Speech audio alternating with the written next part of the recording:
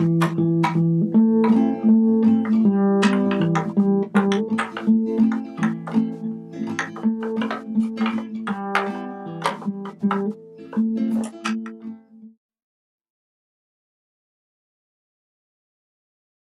is about a time in my life in the early 1990s when I had no energy for writing long-form fiction, novels, or even short stories. My father was dying at the time in North Carolina, and I was very preoccupied with his decline. The only thing I seemed to have energy for at that point was producing short bursts of words, or rather free-form poetry. I'm going to read a few of these poems. The first is about making an egg, which is the other thing I had the energy to do. I made a huge paper-mache egg that was maybe 2.5 feet high, sat on its butt end, balanced, slightly off-center. I worked on that for hours every night while listening to the local jazz station on the radio. And then I would write very short, rather disconnected poems. Here's the first one that has to do with making the egg and a few other things. It's called The Fiction Life and the Fictitious Wife. I live alone on Lake Street with my books and my paints and my egg in my exclusively white 3 rooms where some lively, if unlikely, events take place, exclusively in my head.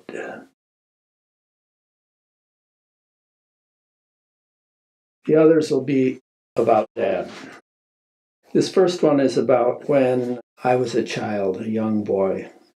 It's called The Best Ugly Chair in the World.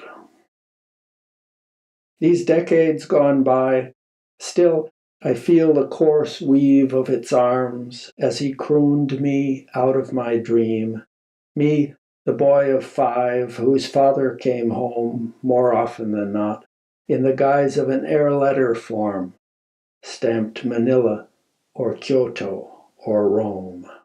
But on one of the many nights when I was not so big a boy that I didn't weep myself into and out of my sleep, he was truly there, right there in our New Jersey home, at the foot of our little boy hill of that long ago New Jersey lane. And he carried me in his scent of pipe smoke, his soothing texture of tweed, from my dark, moist bed to the front room all aglow, to that angular, unyielding chair of stiffest, ugliest green. This was a chair even I, a mere kindergarten aesthete, knew to be nothing but plain, but no longer incurably plain. Once he hoisted me aboard and rocked me in his nearly forgotten fatherly arms. This man, known as Dad, brought by train from Airport, New York, and countless airports beyond, aerodromos, he said they were called, as he read out the names on the frayed tags plucked from his case and presented to my tiny hand. First and most famous, Le Bourget, where Lindbergh touched down, then El Alto, which sounded to me like some wondrous new taste, until El Coco sounded better yet. But best by far was Limatambo, which together we murmured 3 times, Limatambo, Limatambo, on the shoreline of purple Peru. From deep in his bag he produced what was known as a high-fidelity recording, which would bring me the tribal flutes of some place he called the Andes of Ecuador. Davy Crockett's myth having swept our Eisenhower frontier, I, a woodsman of 5, had crept under my bedroll dressed in fringes and checks, braving all species of beasts that circled and stalked within me. But on that suburban night, when he carried me out to the ugliest chair in the world, its crabbed stubble grew sublime to my touch, and so it would always remain, my private furniture riddle, my pioneer's haven of rest. For he kissed my cheek that night, actually, shyly kissed my cheek, this man grown foreign himself from so many flights to Allahabad and Asuncion. The kiss was a wonder, but the most miraculous charm was his gift of a song. This man, Dad, I had never heard sing in all my long years on the range. Holding me in his travel-worn arms, in his eyes quite at home with the loneliness mirrored in mine, he crooned, sadly enough, to soothe any beast, Tooralooraloora, an Irish lullaby, a song fixed instantly as forever his and mine, never a part of Bing Crosby or my brothers or sister or anyone else on the lone prairie. It belonged just to me and this off-key rambler come home to his bargain chair, his pint-sized, gun-toting son. The songs of the high Andes, of the wistfully echoing flutes, could play themselves over and over around me when the green chair sat empty once more.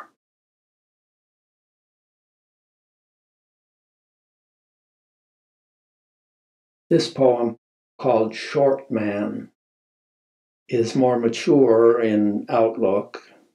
It's from the point of view of me when I was an adult, looking back over my father's long life and career. Short man.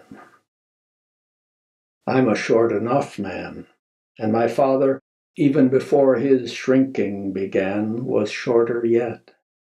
But time and my growing sense of his stature at large in nations of short men and tall have combined to work a most equalizing effect on his size, as gauged by my mind and my heart and my reappraising eyes.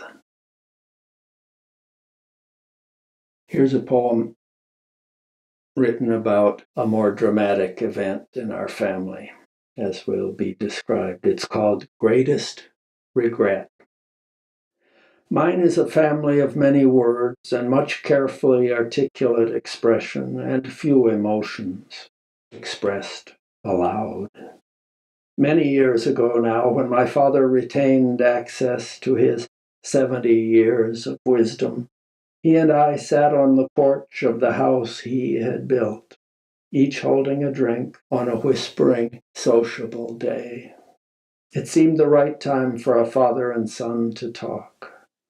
After 20 years of waiting, of silent, tentative phrasing, I asked his advice as to whether, finally, I should ask my mother for the family facts of our main dramatic event, our collective turning point, which we had, to my knowledge, never collectively faced. My father listened.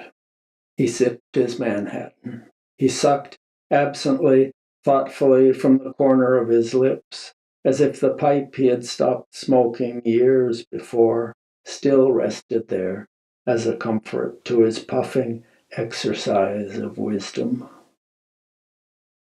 The evening turned around us, warm and slow and rich. The leaves of branches we'd known at all heights rustled intimately above us. A comfortable hour for waiting and for asking if we should end our waiting.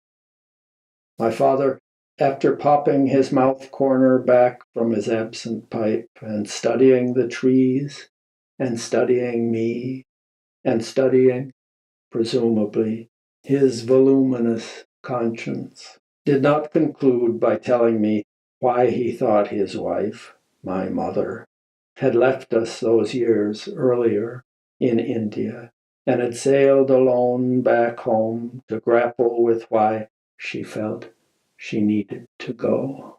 Had I been a year old, I asked him now, 30 full years later, or had I been 2? Even this I didn't know, never having been told. 2 years old, we, between us, determined. 2 years, 32 years, and still never told. My father tugged lips at his phantom pipe and said what he could, and though it remained largely a riddle, I was grateful for every fragment he attempted to let me have. Your mother and I, he exhaled, have each been in love 3 times. And while the branches held still to listen with me, he spoke of the first time for him and the third time, which had, he said, saved his marriage with my mother, who for him had been the second and abiding time, the love he didn't have to say of his life. Quietly, he described the first time for her with a boy who had died, and the third time, which was he himself, a love that became love only long years after she married him and had met and left her second love, and then left us there on the plains. But of her second love and the subsequent crisis that wounded our family forever, or expressed a wound that had been there long since, he could force himself to say nothing. And though I had learned more about my family drama in that single hour than all I'd learned before, it didn't nearly balance my unending, simmering years of adolescent exclusion. Did I not finally have the right, I asked now, to grow up, to grow out of my pain by insisting that she give up some clues?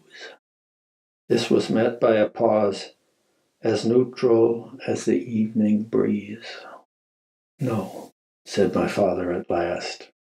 He might be wrong, his prelude to any serious discussion.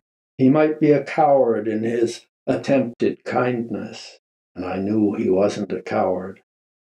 But no, he thought that she and we were better off letting the matter sleep, however uneasily. And so it rested. Our glasses weren't empty. We sat and enjoyed the presence of each other. From nowhere, as if involuntarily, my father then added, in my lifetime, I've had only one major regret. Again, I waited. A full minute passed. The branches waited with me. In my entire experience of living in my family, I had never known such a long, peaceful wait. My father sighed, a deep, soul-emptying sigh of dimensions in time and pain I couldn't imagine. Another timeless time went by. He sighed again, as deeply as before. I didn't ask. This was our family, not some other. And whatever the thing was, it was his to guard or divulge. The one major regret of his life. I didn't ask. And finally, he didn't tell. It remains with him, his kernel or boulder of regret, just as its exquisitely perfect silence remains with me always.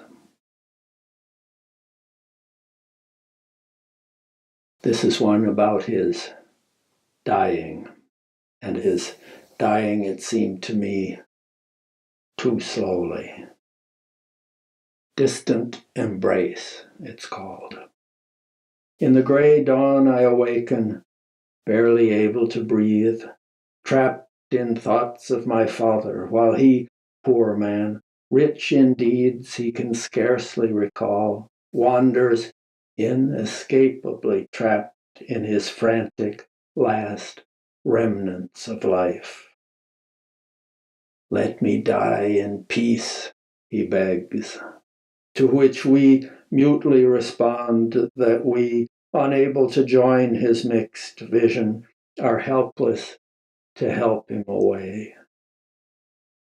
Holding him as he cries out for the grandfather he is, in fact, himself, we watch his grief as if from this 1,000 miles away, and watch his wakeful loss of last memory, and wonder if it is we who have most sadly forgotten to grasp our frail love in both hands and gently, finally, embrace it away.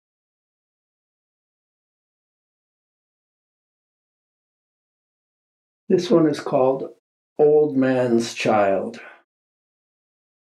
I would have liked to have read it or recited it at Dad's funeral, but I knew I wouldn't be able to. A very nice man named Ben Holden read it for me at the funeral and read it very well. I'm still grateful for him for doing that. Old Man's Child. My father walks these halls he's never seen. To my mind, it's all quite true, and no more strange than that he doesn't see the halls he now walks, so far from me, and so far from all the older halls we long ago called home. Long, long ago, when I was his age now. He walks these halls not as a ghost, but in a second skin, my skin, or his, once removed, and in a second brain. On rare occasions when I take myself for wise, the wisdom has his turn of phrase, and though issued through my cheeks, my lips, I know them to be the cheeks and lips of my old man, when he was wise and I was 4, and his head wore the fringe of white that mine has borrowed now that he in turn is 4 or 3, or as he finally must be, too young and old to walk or crawl. This or any other hall, any more.